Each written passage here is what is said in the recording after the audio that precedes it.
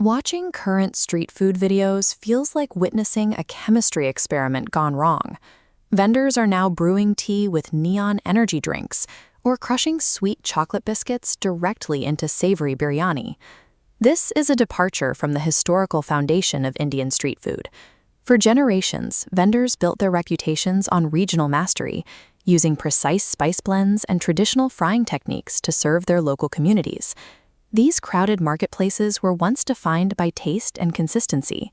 Today, they have become hyper-competitive arenas where vendors fight for the attention of the smartphone cameras that now dominate the sidewalk. Combining soda with noodles or serving chocolate with garlic isn't the result of a kitchen accident. These dishes are engineered to meet the demands of an internet audience that values the bizarre over the delicious. This chart shows the correlation between a vendor's visibility and their menu pricing.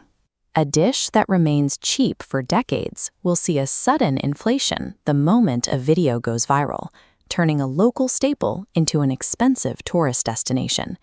The street food cart has evolved into an attention-driven financial market, trading regional heritage for digital reach. In an economy where everyone is shouting, quality is no longer a viable way to cut through the noise. To gain traction today, vendors must produce algorithmic disgust. This is the Frankenfood formula. It requires taking a respected savory dish and forcing a scoop of melting ice cream or a crushed chocolate bar directly into the center of it. The goal is to trigger an immediate visceral response. When a viewer sees something that feels like a culinary violation, they are far more likely to engage, share, and voice their disapproval. A perfectly executed traditional meal is easy to scroll past with a nod of approval. A culinary disaster, however, forces the viewer to stop and react. From the perspective of the recommendation algorithm, a hateful comment carries the exact same value as a positive one. Whether you are impressed or repulsed, your engagement pays the same. Beyond the menu, the vendor must also manage the chaos of the physical environment. These busy urban streets serve as the backdrop for a new kind of street theater. This gave rise to the aggressive vendor character. To hold the camera's focus, they adopt robotic movements, perform frantic dances, or theatrically hurl handfuls of spice into the air. Portion sizes have escalated to match the drama. Vendors now produce massive, physically inedible towers of food, using 30 eggs for a single plate just to create a visual spectacle for the lens. This relentless pursuit of the next viral moment creates a significant distraction. The theatrical performance makes it easy to look past the actual conditions of the food stall. Content creators often film around unwashed hands, rancid oil, and swarms of flies, reframing these hazards as authentic or rustic to keep the hype cycle moving.